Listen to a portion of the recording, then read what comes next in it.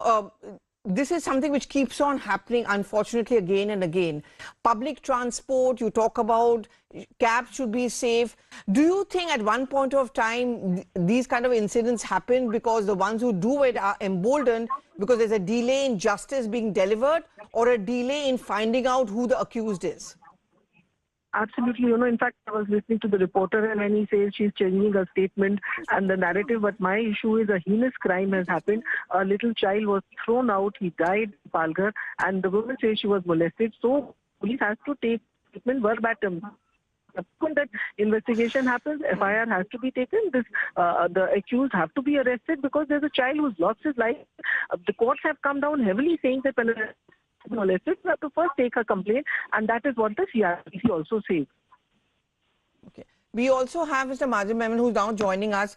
What would you want to say? Do you think that there is some lacuna as far as providing security arrangements or a delay in delivering of justice? Palghar has been in the news for deteriorating law and order situation, and we have been hearing that there are crimes which are taking place without fear of law, and it seems that there is no rule of law in that area at all. I think the SP or the police chief of that area is accountable to such serious crimes that are taking place with regular intervals. And in the matter of this kind, the investigating agency must be on their toes to see that the evidence is not lost and the culprit is brought to books, and investigation would ensure that they reach the bottom of truth with regard to commission of this crime. And the state government under Shinde's rules must be accountable for these kinds of offences and the people losing faith in the legal system and fearlessly committing serious crimes with such frequency. Okay, thank you very much, Mr. Memon. Thank you, Mihir, and thank you very much, Abha Singh. We're going to shift our focus to some news which has just come in, and this has got to do with the Liquor Gate scam probe. In fact, what we are learning now is the CBI team has arrived at K. Kavita's residence because they want to investigate into what kind of a role and was she actually aware of what was going on. In fact, I'm going to go across to Swastika in a bit, but this is something which a notice had been given to the BRS leader, K. Kavita, who also happens to be the Telangana Chief Minister's daughter, and she had responded giving a specific time and date when the CBI team can come to her residence and question her. Consistently, the line which has been maintained by her is: one, these are baseless allegations; second, it's a case of political witch hunt. However, investigators feel and they allege that there are certain leads which actually go up to her involvement. Let me just go across to my colleague Swastika. Yes, Swastika, can you just get us the scene for us? Well, this morning the CBI team arrived at K. Kavita's residence. In fact, just a short while ago, the questioning began sharp at 11 is what we're picking up through sources at Kavita's house. In fact, we're also understanding that it's going to be a long day for Kavita because she will be questioned by the CBI under section 160 of the CRPC, which states that Kavita or any witness for that matter privy to the information regarding the Delhi liquor scam is being questioned as a witness. So remember, Kavita in her correspondence with the CBI over the fixing of date on which the questioning would take place, or also mentioned that the FIR copy that she had received does not mention any link to her whatsoever. But as a law-abiding citizen, she's going to comply with the authorities and quash all the allegations that have been leveled against her. Now, what are we looking at essentially? Kavita is being questioned by the CBI over an alleged claim cited in the ED report of Amit Arora that she had led a South group in association with Sharath Reddy and Magunti Srinivasulu Reddy, who is a YSRCP MP. Together, they allegedly gave a kickback to the tune of 100 crores to Vijay Nair, who acted as a moderator to tweak the Delhi liquor policy and facilitate illegal trading to a certain cohort of groups in which Kavita's name also finds its mention. Interestingly, this is the first time, in fact, the Enforcement Directorate in its report had mentioned Kavita, and in that context, the CBI, just 24 hours after the Enforcement Directorate submitted its report in connection with Amit Arora's case, issued a notice to Kavita asking to question her, to examine her, the actual term that is being used in the notice in connection with the Delhi liquor scam. I also want to point out that Kavita is not being questioned here as an accused. She is being questioned under section 160 of the CRPC, under which the authorities are questioning her whether she is privy to any kind of information under the Delhi liquor scam case. In connection with that case, she is being questioned as a witness today. Let me also give you a sense of what is the party stand on it. The party stands firmly behind her. In fact, Kavita yesterday also met with her father, KCR, at his residence, where along with her legal team, it was decided on that the family will fight back as law-abiding citizens because they say that they have nothing to do with this particular case. Okay, thank you very much, Swastika, for getting us those details. We're going to be on top of this. So finally, the CBI team reaches the residence of the BRS leader Kavita in the Liquorgate controversy case. We're going to be back after a short break. News continues over here on CNN News 18.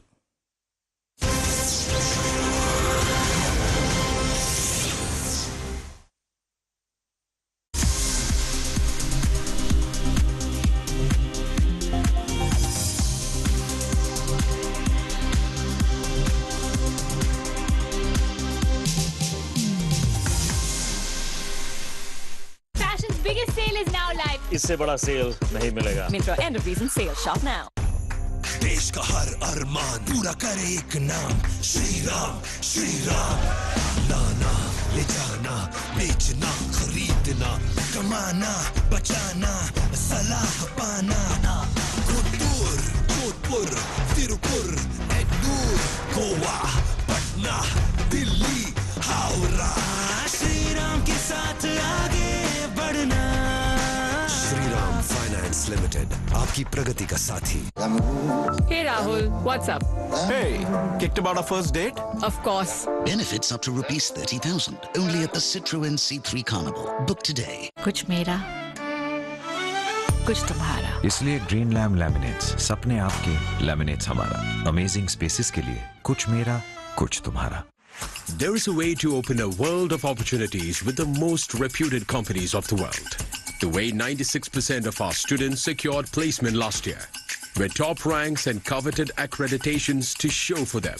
The MBA programs at the Amrita School of Business. Admissions have opened. Apply now.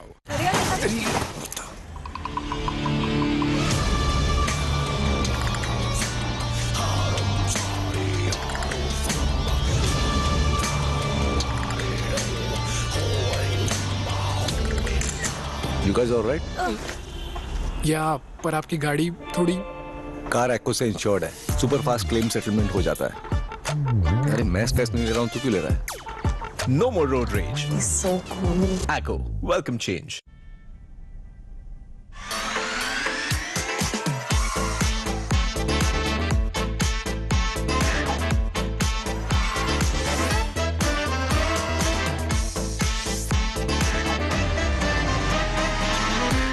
Unrestrict yourself. Raymond Techno Stretch.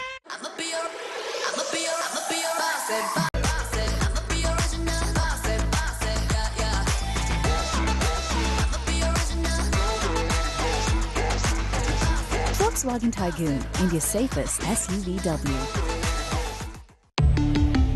Volkswagen.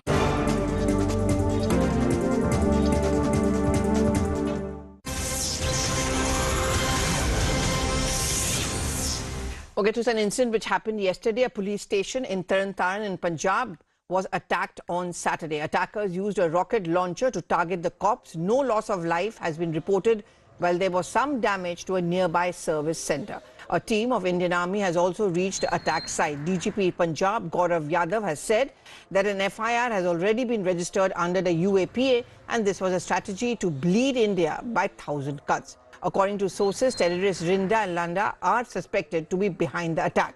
Meanwhile, politics has also emerged over this issue. BJP has attacked the Punjab Chief Minister Bhagwant Mann and said that the AAP is busy celebrating in Gujarat and Delhi as per Kejriwal's diktat, while Bhagwant Mann has ignored peace and security of the border state. Tejinder is now joining me. Tejinder, Punjab certainly has always been vulnerable because it's also been a border state. It's got a past history. Any lessons learned from this? Because it's not been the first incident. Any more measures or security measures have been planned so as to avoid this kind of an incident in future? See, Pallavi, there are several questions which the Punjab police and also the Punjab administration needs to answer. Because if you remember, just yesterday we showed a poster that was pasted outside the wall of this very police station, which had said that intelligence inputs received from the center suggested that the terrorists are planning to carry out attack on the police personnel or the police stations across Punjab. So additional security should be provided to these police stations, and educate measures like installation of CCTV camera should be done. But nothing of that sort was done by the Punjab police. This notice had the date of. Okay. Thank you very much, Tejinder, for getting us those details. We're going to shift focus to something which concerns all of us. It's the poor air quality, which is now becoming a cause of concern in Mumbai, with the AQI plunging to a very poor category. Unhealthy levels of air pollution has been linked to a variety of health conditions, particularly respiratory illnesses. Now, according to recent reports from the System of Air Quality and Weather Forecasting and Research, Mumbai's AQI levels are just not good. Experts say rapid construction, adverse weather conditions and increasing pollution from vehicle emissions are some of the reasons responsible for this deteriorating air quality. Meanwhile, doctors have sounded caution, advised people to wear masks before going out. Even today, Mumbai's air quality is poor, possibly not as bad as it was in the last few days. But we have seen that there's absolutely no advisory from the government or from the BMC. You've been yourself pursuing the matter for quite some time. If you can tell us, what have you asked for and whether you think that the government and the BMC are taking the Mumbaikars for a ride? Well, we're busy discussing on TV and in other places amongst ourselves while we're all sick. I myself, I'm coughing. Almost everyone I know is coughing. And we don't know what to do about it. So I had asked the BMC to tell Mumbaikars what the air quality is directly, not through via that I have to log in here, I have to check there. They have Twitter handles, they have WhatsApp message availability, they can tell us. Yo, come on, here we go. Hold on. Walk easy to the easy. Hey, we'll meet up with you. Hey, the tribal chief is coming. All of it. Just put your chin down. And 3, it's always going to go in. The third one always goes in. The third punch always goes in. Hey, put yourself together. Just rip him.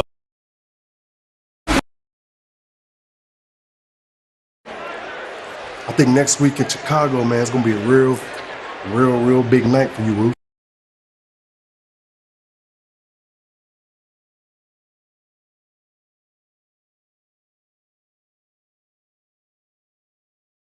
जान्छौं तर उहाँहरु एकदमै त्यसलाई के भन्छ रोक्नुहुन्छ किनभने हजुर किनभने उहाँले सोच्नुहुन्छ कि दूध कम्ती दिन्छ भनेर हुन सक्छ त्यो दिन अब शिव लगाउँदाखेरि चाहिँ दुख्छ र त्यो दिनको लागि चाहिँ दूध अलिकति कमी हुन सक्छ तर नेक्स्ट डे देखि फेरि दूध त्यति नै हुन्छ तर यो बिमार एकपल्ट गाई बस्तुलाई लागिसकेपछि चाहिँ यो बिमारको चाहिँ साइड इफेक्ट्स एकदमै नराम्रो हुन्छ जस्तै योले इन्फर्टिलिटी हुनु पनि सक्छ गाईमा इन्फर्टिलिटी भनेपछि फेरि गाई गाभिन हुन सक्दैन र जो गाभिन गाईहरू हुन्छ त्यो गाभिन गाईहरू चाहिँ अबर्सन पनि हुनसक्छ, यानि कि तुवाउनु पनि सक्छ।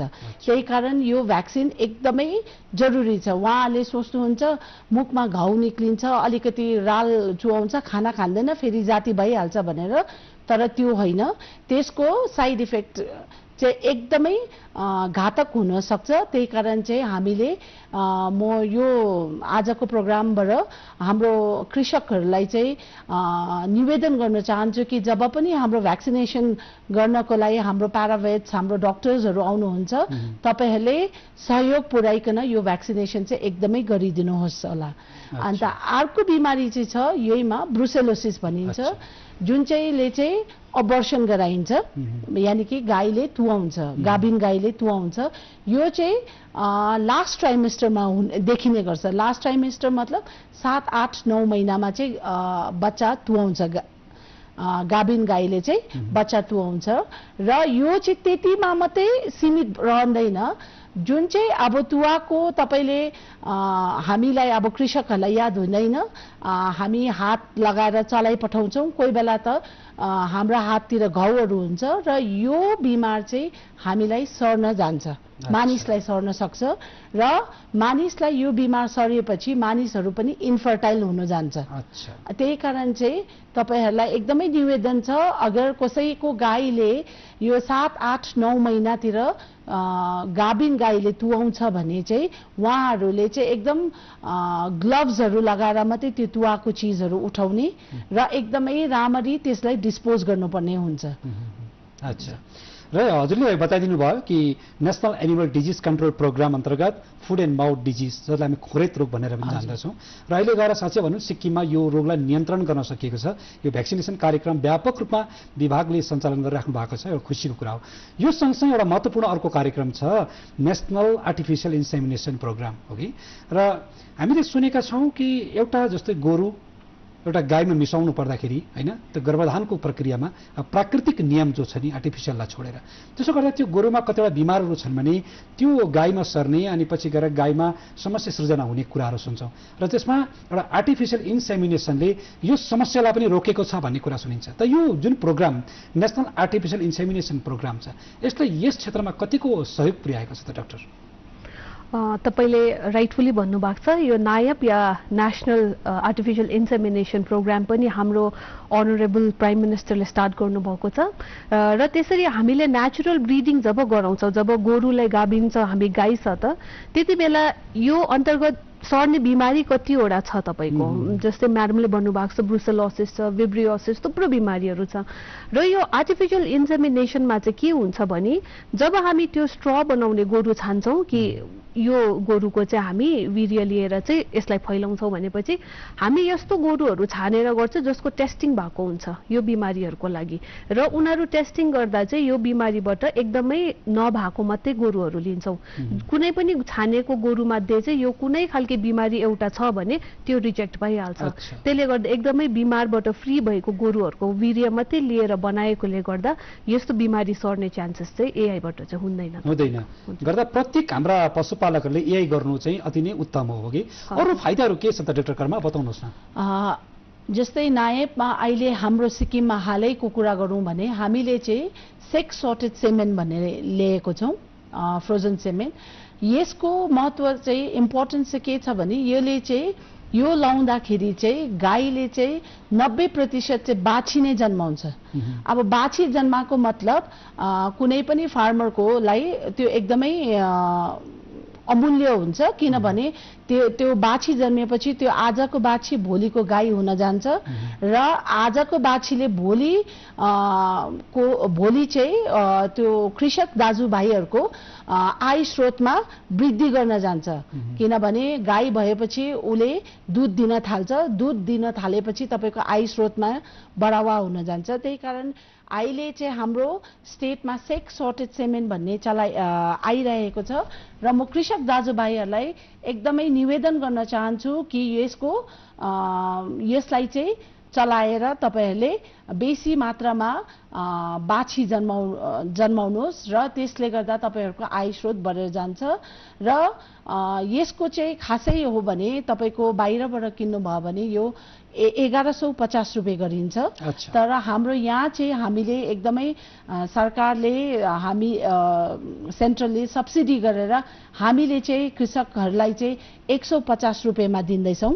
र म यो माध्यमबाट तपाईँ कृषक दाजुभाइहरूलाई चाहिँ निवेदन गर्दछु कि तपाईहरूले यो सेक्स सर्टेड सेमेन्टको चलाएर चाहिँ एकदमै त्यसलाई चाहिँ राम्रो सफल गराउनुहोस्। हजुर। अच्छा, यसमा डाक्टर प्रवीणा हजुरबाट जानकारी लिउँ कि यो जुन भ्याक्सिनेसन गराइन्छ केवल गाईलाई मात्रै गराइन्छ कि अरूलाई पनि गर्नुहुन्छ? आर्टिफिसियल इन्सेमिनेसनको कुरा गरौँ न।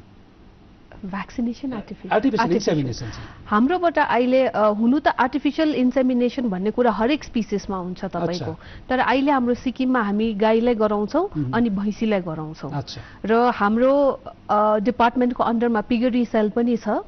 पिगरी सेलले पनि बिचमा पिग्सहरूको एआईको लागि पनि ट्रेनिङमा पठाउनु भएको थियो डक्टर्स अनि स्टाफ्सहरूलाई।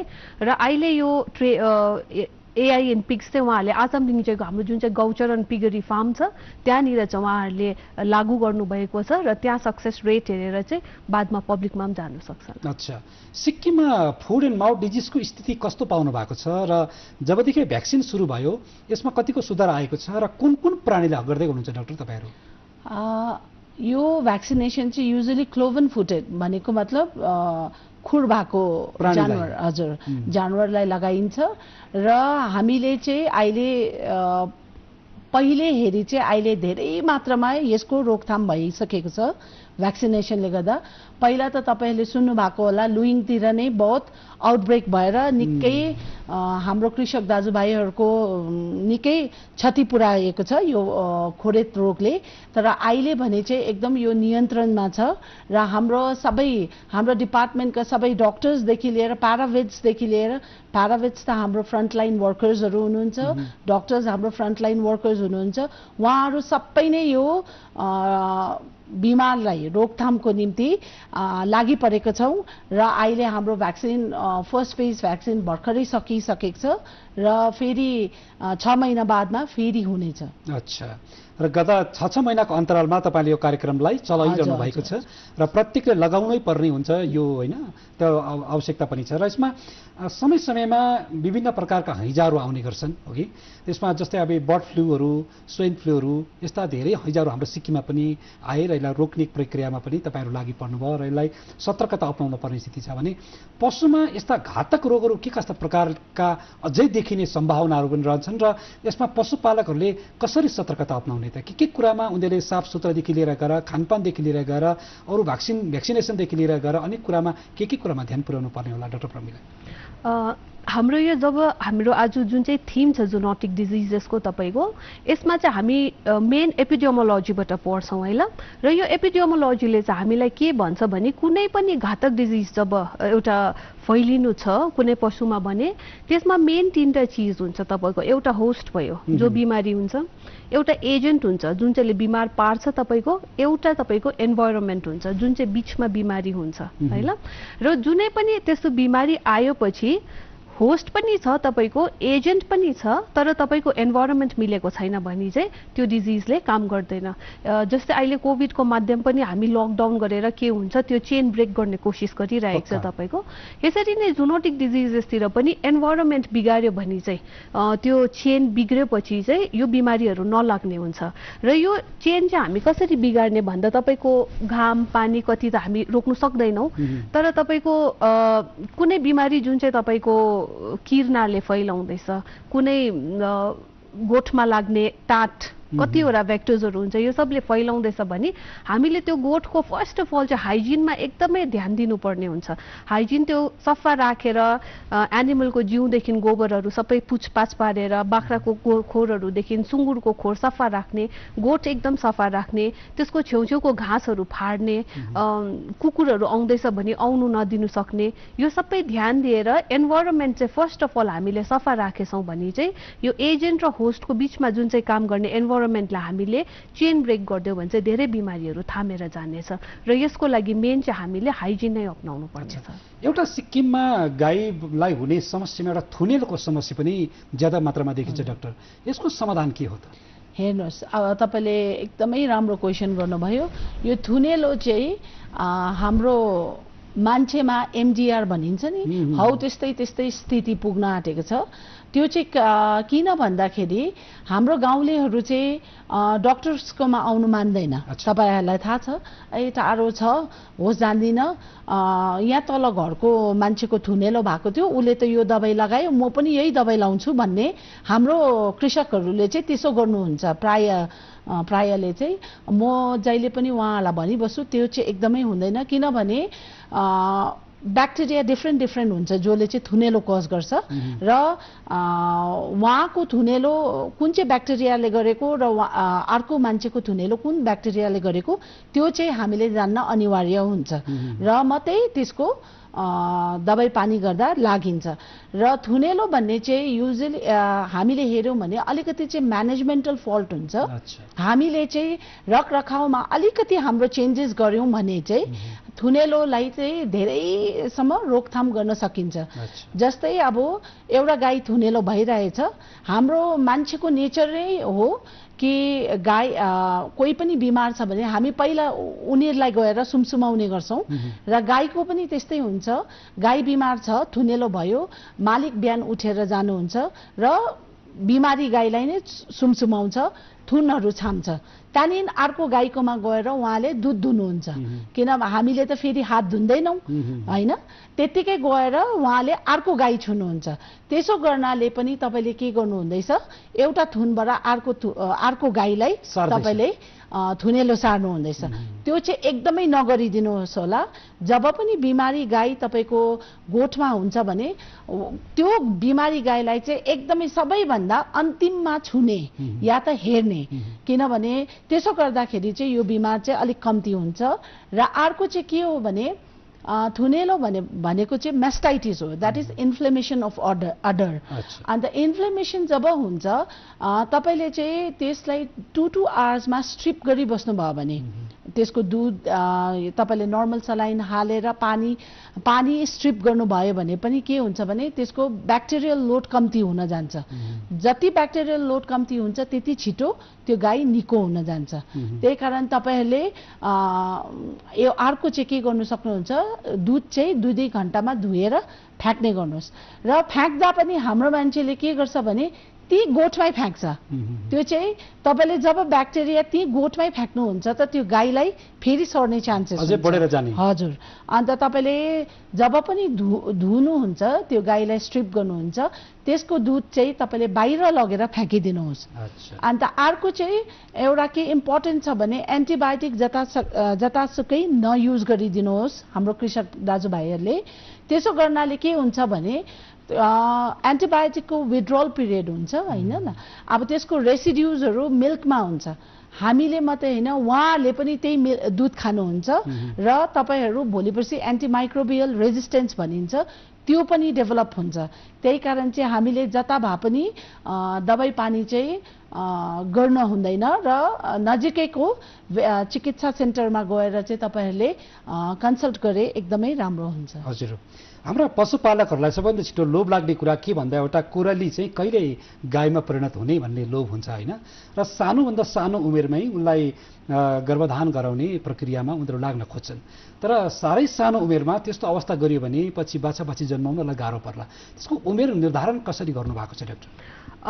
हामीले जुन चाहिँ हामी पढेर आउँछौं त्यसको अन्तर्गत भन्छ 2 वर्षदेखि माथिको बाछीलाई मात्रै गाम्दोस् भनेर है र त्यो गाबिने पनि जब तपाईको फर्स्ट हिटमा आउँछ त्यसलाई छोड्दिनुस् सक्दो सेकेन्ड हिट पनि छोड्दिनुस् जब उनीहरु गोरु माग्छ थर्ड हिटमा मात्रै लगाउनुस् भन्छ। यो चाहिँ किन भन्दा अगर त्यो भन्दा हुनु त कम्ती उमेरमा पनि तपाईले राम्रो स्याहार्नु भयो भने छिटो 1-1.5 वर्षमा पनि आउने गर्छ गाईहरु तपाईको हिटमा। तर यो बेला चाहिँ उनीहरुको भित्र जुन चाहिँ नानी बस्ने गर्भस्थान हुन्छ त्यो राम्रोसँग डेभलप भएको हुँदैन र यति बेला तपाईले गाब्नु भयो भने तपाईको बाछीले गाब्यो भने पनि कन्सिभ गर्यो भने पनि त्यसलाई जन्माउने धेरै असुविधाहरु हुन सक्छ जस्तै डिस्टोकिया भन्ने बिमारी रिटेन्सन अफ प्लासेन्टा भन्ने बिमारी प्रोल्याप्स भन्ने बिमारी थुप्रो लाग्नु सक्छ र यो सब नराम्रो चीज हुन सक्छ अगर तपाईले छिटो उसलाई कन्सिभ गराउनु भयो भने चाहिँ। अच्छा र हामी कार्यक्रमको अन्तिम चरणतिर आइपुग्दैछौँ र अहिले तपाईहरुले राष्ट्रिय स्तरमा सञ्चालित विभिन्न प्रकारका कार्यक्रमहरू सिक्किममा चलाउँदै हुनुहुन्छ तर विभागले पनि धेरै कठिनाइहरू भोग्नु परेको छ कृषकहरू अनभिज्ञ भएको कारणले भन्ने कुराहरू पनि हामी सुन्छौँ। के कस्ता च्यालेन्जेसहरू छन् तपाईँहरूसँग? च्यालेन्जेस अब यो पेन्डेमिककै सन्दर्भमा हेऱ्यौँ भने हामीलाई हाम्रो डक्टर्स हाम्रो प्याराभेट्सले धेरै च्यालेन्जेस फेस गर्न पर्यो। उहाँहरूलाई भेहिकल पासहरूको लागि पनि बहुत च्यालेन्जेस भयो। सायद यो फर्स्ट टाइम भएर पनि होला हैन, यस्तो पेन्डेमिक हामीले फेस गरेको त्यही कारण पनि होला। तर निकै नै च्यालेन्जेस भयो हामीलाई। हामी चाहिँ कसैको ज्यानसँग काम गर्ने मान्छेहरू हौँ, तर हामीलाई पनि कतिपय अब यो पासेसहरूले गर्दा हाम्रो डक्टर्स भयो हाम्रो प्याराभेट्सहरू भयो टाइममा एनिमललाई पुग्न सक्नु भएन।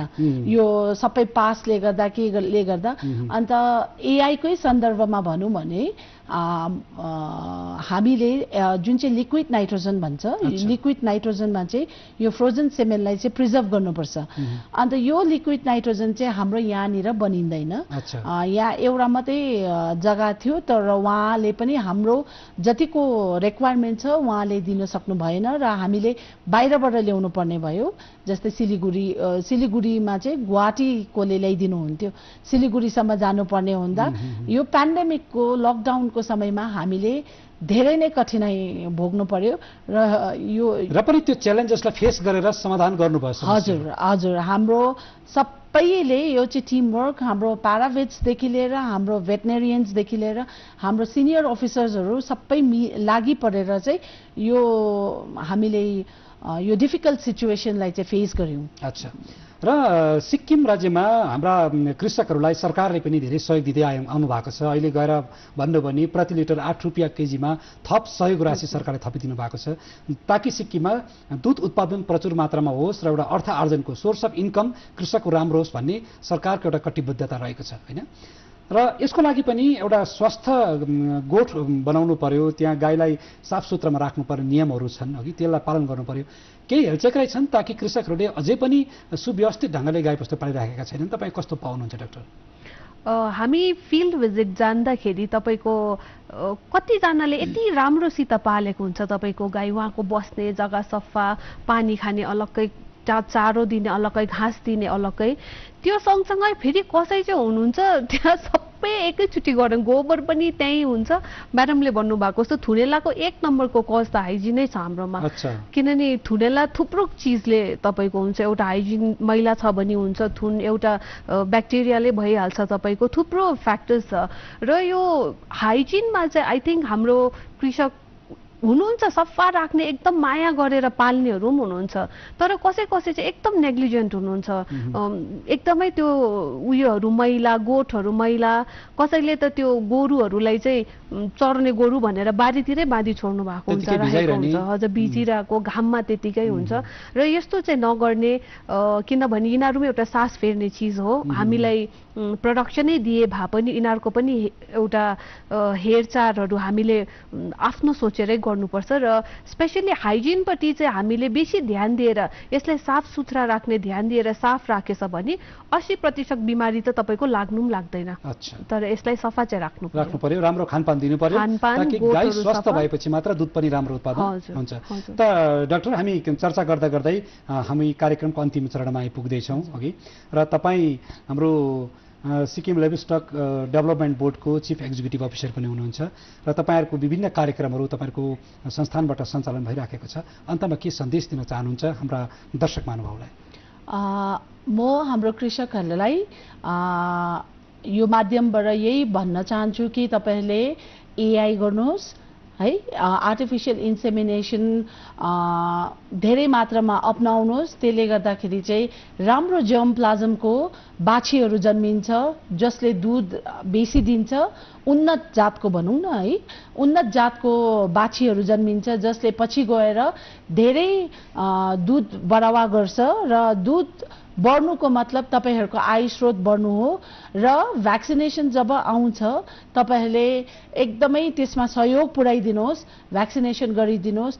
र घरमा जतिले पनि कुकुर पाल्न हुन्छ, कुकुरको पनि भ्याक्सिनेसन गर्न अनिवार्य हुन्छ, रेबिजको भ्याक्सिनेसन एकदमै अनिवार्य हुन्छ र यो चाहिँ वर्षौनी गर्नुपर्छ, 1 वर्ष लगाएर हुँदैन, इयरली गर्नै पर्छ। त्यही कारण म तपाईहरुलाई यो माध्यमबाट हाम्रो सबै पेट ओनर्स या त कृषकहरू सबैलाई म यही नै निवेदन गर्न चाहन्छु। त आज बडा ज्ञानवर्धक चर्चा गर्दा गर्दै हाम्रो कार्यक्रमको निर्धारित समय पूरा भइसकेको छ।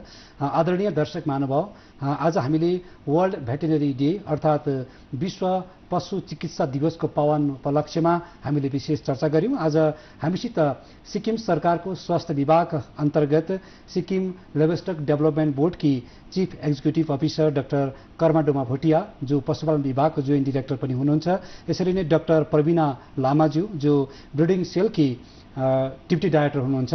यहाँबाट सम्बन्धित विषयमा हामीले चर्चा गर्यौं र हाम्रा पशु प्राणीहरू हाम्रा अर्थ आर्जनका स्रोत हुन्, तपाईँ हाम्रा सहारा हुन्, हाम्रो घर परिवार उनीहरूले सञ्चालन गरिरहेका छन् र उनीहरूलाई एउटा घर परिवारमा तपाईँ हामीलाई जति साफसुथरा चाहिन्छ त्यस्तै उनीहरूलाई पनि थलो भकारो त्यति नै सफा चाहिन्छ। जति हामी स्वस्थ चिज खान्छौँ त्यति नै स्वस्थ चिज उनीहरूलाई पनि चाहिन्छ।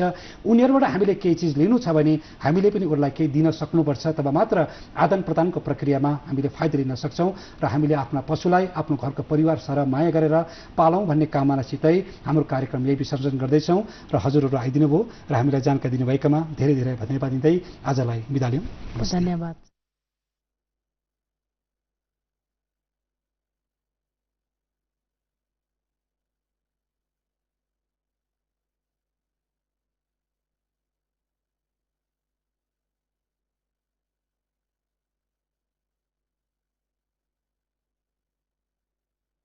दूरदर्शन गान्तोक हेरेर बस्नुभएका सम्पूर्ण दर्शकवृन्दमा हार्दिक स्वागत तथा न्यानो अभिवादन।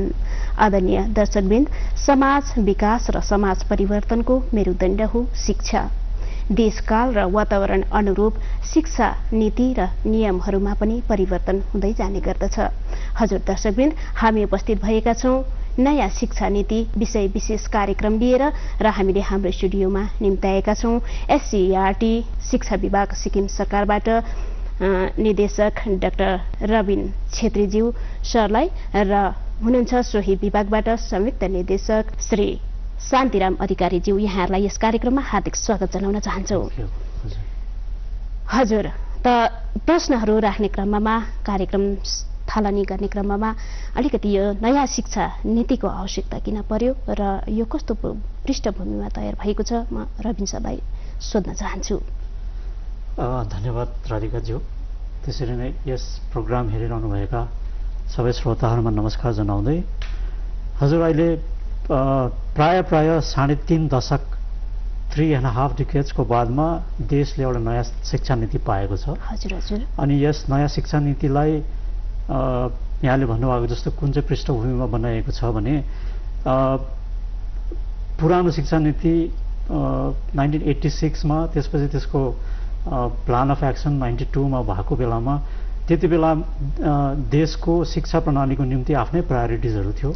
शिक्षाको विस्तार गर्नु थियो, नानीहरूलाई स्कुलमा ल्याउनु थियो, रिटेन्सन गर्नुपर्ने थियो, युनिभर्सलाइजेसन अफ एडुकेसनको कन्सेप्टहरू थियो। तर अब जुन प्रकारले विश्वभरि नै लास्ट सेन्चुरीको अन्ततिर जुन प्रकारले इन्फर्मेसन टेक्नोलोजीमा जुन प्रकारको विस्तार भयो, त्यसरी नै हामीले ग्लोबलाइजेसनको कन्सेप्टहरू देख्यौँ र यो जब यो शतक परिवर्तन हुँदाखेरि यो नयाँ 21औं शताब्दीमा जुन किसिमको विश्वमा परिवर्तनहरू देखिरहेका छौँ र त्यो हेर्दाखेरि शिक्षाको सम्पूर्ण एजेन्डा नै, शिक्षाको एउटा एम नै परिवर्तित हुने आवश्यकता देखिएको छ।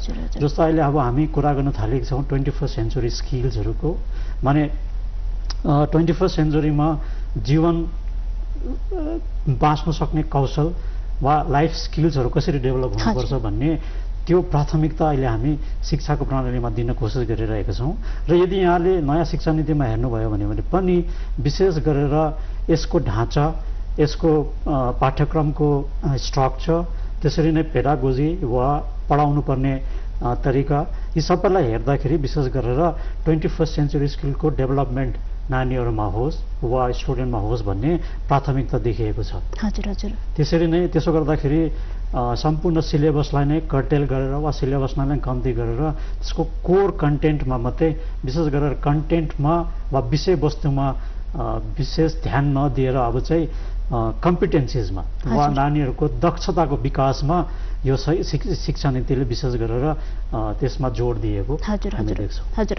नानीहरूमा व्यावहारिक ज्ञान जो उजागर गर्ने त्यसरी नै यहाँले व्यावहारिक ज्ञान भन्नुहुँदाखेरि अर्को एउटा इम्पोर्टेन्ट एस्पेक्ट छ हाम्रो यो नयाँ शिक्षा नीतिको कि भोकेसनलाइजेसन होइन भोकेसनल एडुकेसन वा एउटा कौशल विकासको जीवन कौशल विकासको जुन चाहिँ तरिकाहरू नानीहरूमा माने कोर एकाडेमिक सब्जेक्टसँगै भोकेसनलाइजेसनको पनि एउटा विशेष जोड दिएको छ नयाँ शिक्षा नीतिमा। हजुर हजुर अवश्य पनि नानीहरूले कुन क्षेत्रमा आफू दक्ष छ त्यही क्षेत्रलाई अँगालेर अघि जान सक्ने नयाँ शिक्षा नीतिले मार्गदर्शन गर्ने हामीले अब धेरथोर बुझिसकेका छौँ है।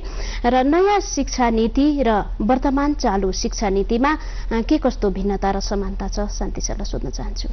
यो शिक्षा नीति जुन चाहिँ आएको छ यो चाहिँ तेस्रो शिक्षा नीति हो। हजुर। 21औं शताब्दीको चाहिँ पहिलो शिक्षा नीति हो तर समग्रमा भन्नुपर्दा चाहिँ यो तेस्रो शिक्षा नीति हो। पहिलो शिक्षा नीति 1968 सालमा आएको थियो कोठारी कमिसनको रेकमेन्डेसनलाई आधार गरेर 1968 सालमा पहिलो शिक्षा नीति आएको थियो।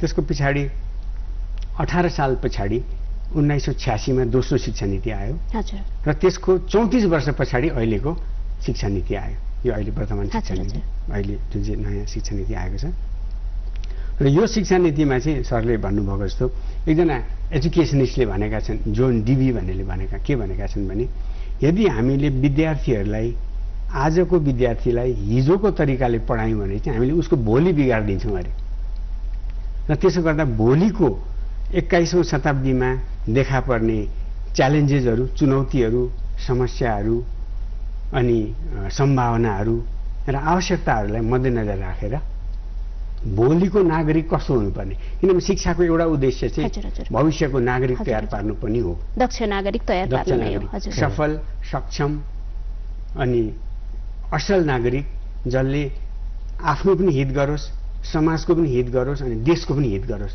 त्यस्तो नागरिक तयार पार्नु पनि शिक्षाको एउटा उद्देश्य भएको हुनाले यो शिक्षा नीति चाहिँ पुरानो मतलब वर्तमान शिक्षा नीतिले ती सबै कुराहरूलाई मतलब समेट्न नसकिरहेको अनुभूति चाहिँ देशले गरिरहेको छ। अनि यसै सन्दर्भमा अर्को एउटा कुरा भन्न आवश्यक हुन्छ त्यो के भने शिक्षाको क्षेत्रमा जति पनि विश्वमा अग्रगण्य देशहरू छन् जस्तै फिनल्यान्डको उदाहरण लिनुभयो भने उनीहरूले प्रत्येक 10 वर्षमा शिक्षा नीतिलाई या त चेन्ज गर्छन् नयाँ बनाउँछन् या त अलिकति केही मात्रामा परिवर्तन गर्छन्। जबकि हाम्रो देशमा चाहिँ यो 34 वर्ष अगाडि मात्रै नयाँ बनिएको थियो त्यसको पछाडि यत्रो साल बनिएको थिएन।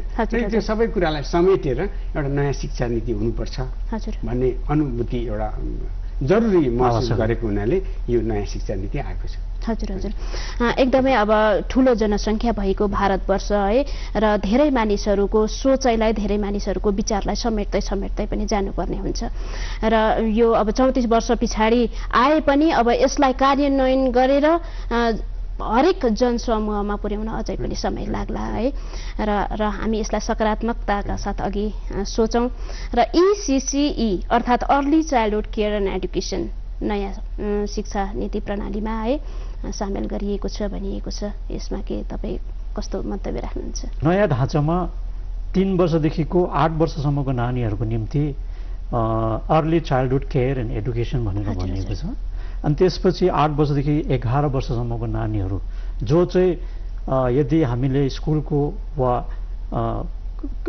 क्लासको लेभल हेर्ने हो भने 3 देखिको 5 सम्मको त्यो स्थितिलाई चाहिँ प्रिपेरेटरी फेज भनेर भनिएको छ जहाँ चाहिँ बिस्तारै सब्जेक्टहरू इन्ट्रोड्युस गर्न थाल्छ टेक्स्ट बुक्सहरू सुरु गर्न थालिन्छ र त्यसरी नै अब 11 वर्षदेखिको 14 वर्षसम्मकोलाई चाहिँ मिडल स्कुल भनेर भनिएको छ जहाँ चाहिँ सब्जेक्टको विभिन्न टेक्स्ट बुकहरू हामी इन्ट्रोड्युस गर्न थाल्छौँ र 14 देखि 18 वर्षसम्मकोलाई चाहिँ सेकेन्डरी स्टेज भनेर भनिएको छ र पहिलेको हामीले जुन चाहिँ 10 10+2 को ढाँचा थियो त्यसलाई अहिले 4वटा भागमा बाँडेको छ र त्यसमा सबभन्दा बेसी प्रमुखता चाहिँ यो 3 देखि 8 सम्म जसलाई यहाँले early childhood care and education ECC भनेर भन्नुभयो त्यसलाई विशेष प्रमुखता दिएको छ कारण हामीले जाने अनुसारले त्यो बेलामा चाहिँ नानीको सम्पूर्ण विकास उसको बुद्धिको विकास हुने उसको ब्रेनको डेभलपमेन्ट हुने स्थिति हुन्छ र त्यसमा चाहिँ नानीहरूलाई विभिन्न किसिमको संस्थाहरूबाट जो हाम्रो अहिले एक्जिस्टिङ संस्थाहरू छ आँगनबाडी जहाँनिर नानीहरूको केयर गरिन्छ अरू हेल्थको विषयक कार्यक्रमहरू गरिन्छ त्यसरी नै अहिले हाम्रो प्राइमरी स्कुलहरू छ जहाँनिर चाहिँ हाम्रो सिक्किमको सन्दर्भमा हेर्ने हो भने त प्राइमरी स्कुलमा पहिलेदेखि नै हामीले यो शिक्षा नीतिमा आउनुभन्दा अगाडि नै सिक्किमले आफ्नै एउटा सिस्टम बनाएर LKG र UKG प्री प्राइमरी एडुकेसन भनेर सुरु गरेको थियो अनि त्यही ढाँचालाई नै त्यही मोडललाई नै इनफ्याक्ट नेसनल लेभलमा पनि डिस्कसन भएर अहिले नयाँ शिक्षा नीतिमा पनि त्यो लिएको छ र त्यसरी नै जुन चाहिँ क्लास 1 र 2 त्यसलाई पनि अहिले हामीले अर्ली चाइल्डहुड केयरमा त्यसमा समाहित गरिएको छ त्यसमा इन्क्लुड गरिएको छ र यो स्टेजमा चाहिँ विशेष अर्को एउटा प्रावधान के राखेको छ भने जब यो नानीले यो स्टेज पार गर्छ early childhood care and education पार गरेर जब क्लास 3 मा पुग्छ नानी प्रिपरेटरी फेजमा पुग्छ र त्यो स्थितिमा चाहिँ देशभरि नै एउटा मिसन मोडमा नै एउटा कार्यक्रम चलाएर नानीहरूलाई मिनिमम लिटरेसी अनि न्युमरेसी स्किलको डेभलप हुनुपर्छ वा नानीले साउ अक्षरदेखि चिन्नुदेखि लिएर माने पढ्नु लेख्नु र त्यो लेखिएको चिजको अर्थ बुझ्नु मिनिमम लिटरेसी अनि त्यसरी नै म्याथमेटिक्सको साधारण त्यो अपरेसन्सहरू जुन चाहिँ न्युमरेसी स्किल्स हुन्छ जोड्नु घटाउनु भाग गर्नु त्यो स्किल चाहिँ उनीहरूले यो फेजमा चाहिँ उनीहरूले एचिभ गर्नुपर्छ भन्ने नयाँ शिक्षा नीतिमा रेकमेन्डेसन गरिएको छ हजुर एकदमै अब धरातल बलियो भयो फाउन्डेसन बलियो भयो भने मात्रै सही मात्रामा उभिन सक्छ है राम्रो कुरा यहाँले बताइदिनु भयो हाम्रो एकदमै जनसमूहमा पुग्नुपर्ने कुरा र हजुर थप्न चाहन्छु सरले भन्नुभएको जस्तो सबसे यो बेसमा 15 वर्षको शिक्षण कालमध्ये सबैभन्दा लामो अवधि चाहिँ बेसमा राखिएको छ जुन चाहिँ फाउन्डेसनमा राखिएको छ 5 सालको स्कुलमा सुरु गर्नुभन्दा अगाडि 3 साल प्री स्कुल भनेको छ र यो चाहिँ यसकारण पनि होला मेरो विचारमा चाहिँ यही NP को डकुमेन्टमा जुन चाहिँ आँकडा सार्वजनिक गरिएको छ त्यसमा लेखिएको छ कि अहिले वर्तमान भारतवर्षमा प्राथमिक स्तरमा पढ्दै गरेका नानीहरूमध्ये 5 करोड नानीहरूलाई चाहिँ लेख्न basic foundational skill literacy numeracy foundational skill आउँदैन अरे र त्यसकारण पनि यो 3 वर्ष अगाडि प्री स्कुल अनि 2 वर्ष क्लास 1 र 2 मा चाहिँ विशेष प्रावधान राखेको कारण चाहिँ यसकारण पनि हो अनि पोलिसीले यो पनि भन्छ कि 2025 सम्ममा क्लास 3 जो नानी पुगेको हुन्छ 2025 सम्ममा त्यसले चाहिँ लेखेको कुरा पढेको कुरा लेख्न बुझ्न सक्ने हुनुपर्छ बेसिक फाउन्डेसन त्यो न्युमरेसी लिटरेसी स्किल चाहिँ उसकोमा आएको हुनुपर्छ भन्ने कुरा पोलिसीले हजुर अलिकति तपाईले अब यस्तो प्रकारको छ नयाँ शिक्षा नीति है तपाईहरुले स्टडी पनि गर्नुभयो र पुरानो शिक्षा नीतिलाई त तपाईहरुले धेरै अब पहिलादेखि धेरै अनुभव बटुलिसक्नु भएको छ अहिले अब सञ्चालित शिक्षा नीतिको तुलनामा नयाँ शिक्षा नीतिले हाम्रा विद्यार्थीहरूलाई कस्तो चाहिँ दिशानिर्देश गर्छ कतिसम्म तपाईले सम्भावना देख्नु भएको छ कस्तो फरक पाउनु भएको छ सञ्चालित र धेरै यो फरवर्ड लुकिङ छ एकदमै भविष्य उन्मुखी शिक्षा नीति छ यो अनि के छ विशेष कुराहरू मतलब जुन भिन्नतालाई पहिला आधार गरेर म तपाईलाई अगाडि बढ्न चाहन्छु त्यो के छ भने क्लास अघि सरले भन्नुभएको जस्तो क्लास 6 देखि नै भोकेसनल एउटा सब्जेक्ट राखिदिएको छ पहिला त्यस्तो थिएन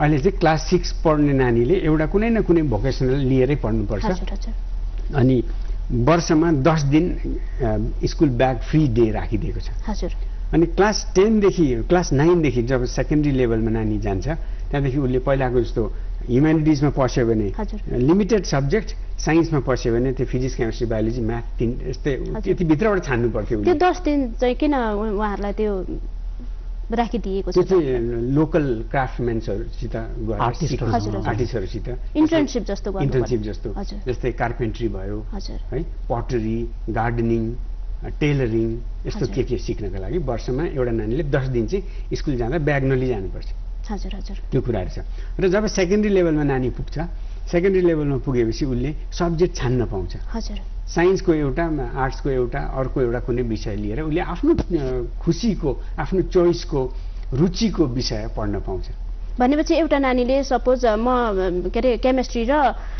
यता हिस्ट्री पढ्छु भन्ने पनि पाउँछ हजुर पुरानो यता आर्ट्सको सब्जेक्ट र साइन्सको सब्जेक्ट मिसाएर लिनुहुन्न भन्ने त्यस्तो छैन हजुर र नानीमा जुन आफूलाई रुचि छ त्यो उसले पढ्न पाउँछ त्यो चाहिँ यो नयाँ शिक्षा नीतिमा यदि हेर्नु हो भने त्यो चाहिँ क्लियर कट लेखेको छ कि जुन प्रकारले हामीले अहिलेसम्म स्ट्रिम वाइज भन्ने कुरा गर्थ्यौँ यो चाहिँ साइन्सको स्टुडेन्ट हो यो चाहिँ ह्युम्यानिटिजको हो यो चाहिँ कमर्सको भनेर त्यो खालको त्यसलाई कम्पार्टमेन्टलाइजेसनदेखि चाहिँ मुक्त गर्ने कोसिस गरिएको छ पहिले अब युनिभर्सिटी लेभलमा त कोसिस गरिएकै चिज थियो यो कति हदसम्म सफल पनि भयो कति हदसम्म सफल भएन भने त्यसको आफ्नो समस्याहरू चुनौतीहरू छ अब यो नयाँ शिक्षा नीतिले चाहिँ स्कुलदेखि नै त्यो कम्पार्टमेन्टलाइजेसनलाई ब्रेक गर्ने कोसिस गरेको छ 9 देखि नै वा सानो क्लासदेखि नै अनि त्यो विशेष एकाडेमिक सब्जेक्ट्सहरू जुन चाहिँ अहिलेसम्म पढाइरहेको थियो जस्तै यहाँले भन्नुभयो जस्तो फिजिक्स केमिस्ट्री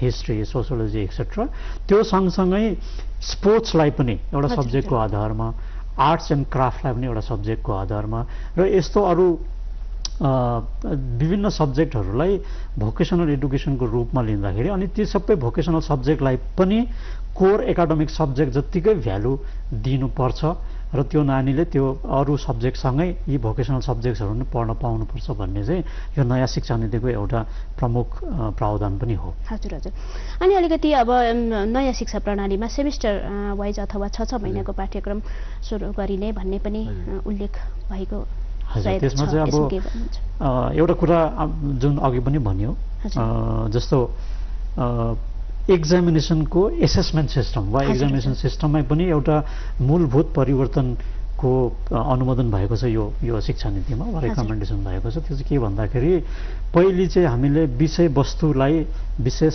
ध्यानमा राखेर क्वेसन पेपर बनाइन्थ्यो जस्तो इन्फर्मेसन रिलेटेड कुराहरू विषयवस्तुसँग रिलेटेड कुराहरू तर अहिले चाहिँ अब एसेसमेन्ट हुन्छ तपाईँको उसको दक्षता वा उसको कौशलमाथि वा कम्पिटेन्सी बेस्ड उसको एसेसमेन्ट हुन्छ कोर सब्जेक्टमा बेसी माने क्वेसन्सहरू बनिँदैन उसको एसेसमेन्टमा र त्यसो हुँदाखेरि के अरे जुन किसिमले अहिले हामीले लर्निङ आउटकम्सहरू डिफाइन गरेको छौँ जुन किसिमको हाम्रो नेसनल सर्वेहरू भइरहेको छ त्यो पनि त्यही नानीको कौशल विकास वा दक्षता विकासमाथि नै यसलाई विशेष ध्यान गरेर राखिएको छ हजुर हजुर यसमा अझै एउटा कुराहरू छ सरले भन्नुभएकोदेखि बाहेक पनि के त्यसमा के छ भने नानीले एसेसमेन्ट चाहिँ तीन स्तरको हुन्छ उसले आफूले पनि गर्छ आफूले आफ्नै एसेसमेन्ट गर्छ त्यहाँदेखि उसको टिचरले उसको एसेसमेन्ट गर्छ अनि उसको साथीले पनि उसको एसेसमेन्ट गर्छ तीन स्तरको एसेसमेन्ट हुन्छ अनि यसमा अर्को कुरा अघि मैले सेकेन्डरी लेभल एसेसमेन्ट मतलब उसले आफूले आफूलाई मार्क्स दिनुपर्ने हुन्छ अन्त साथीले मार्क्स दिनुपर्ने हुन्छ पियर रिभ्यू भन्छ अनि अर्को चाहिँ के छ भने तपाईँको त्यो रिपोर्ट कार्ड चाहिँ 360 डिग्री रिपोर्ट कार्ड हुन्छ भनिएको छ भन्नुको मतलब चाहिँ उसको सबै पक्षहरूलाई समेटेर ऊ के कुरामा राम्रो छ के कुरामा ऊ ठिकठिकैको छ के कुरामा ऊ अलिक कमजोर छ सबै पक्ष समेटेर उसको लाइफ स्किलहरू के छ